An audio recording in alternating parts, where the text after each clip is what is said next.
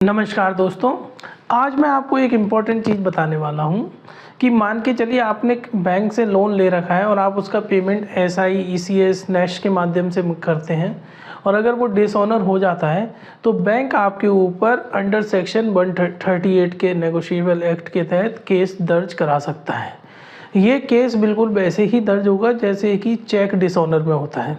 मतलब ECS failure, nest failure को माना जाता है चेक डिसऑनर के तरीके से, क्योंकि देखो जब भी लोन का रीपेमेंट होता है ईएमआई का, हम हमेशा ईसीएस एसआई के माध्यम से ही पेमेंट करते हैं, क्योंकि आजकल चेक का तो ज़माना चला गया है।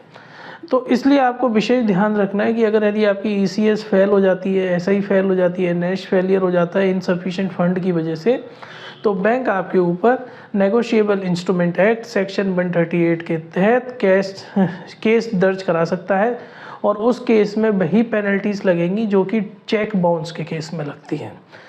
क्योंकि कई लोगों को ये गलतफहमी है कि हमने चेक दिए नहीं है तो बैंक कुछ नहीं कर सकता। ऐसा कुछ नहीं है, क्योंकि जो ईसीएस मैंडेट अगर यदि आप इलेक्ट्रॉनिकली भी फॉर्म फिलअप करते हो तो उसको लीगल डॉक्यूमेंट माना जाता है।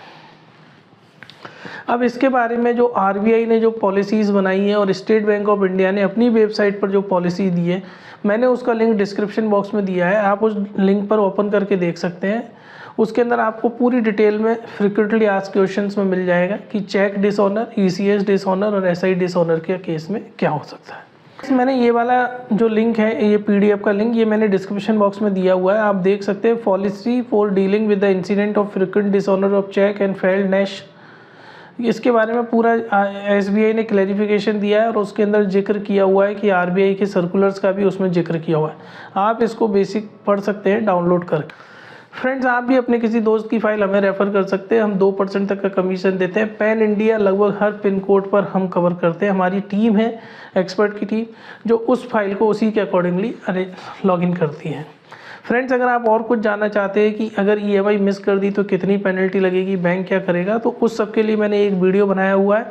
आप ऊपर जो लिंक दिया है उस लिंक पर क्लिक करके वो वीडियो देख सकते हैं।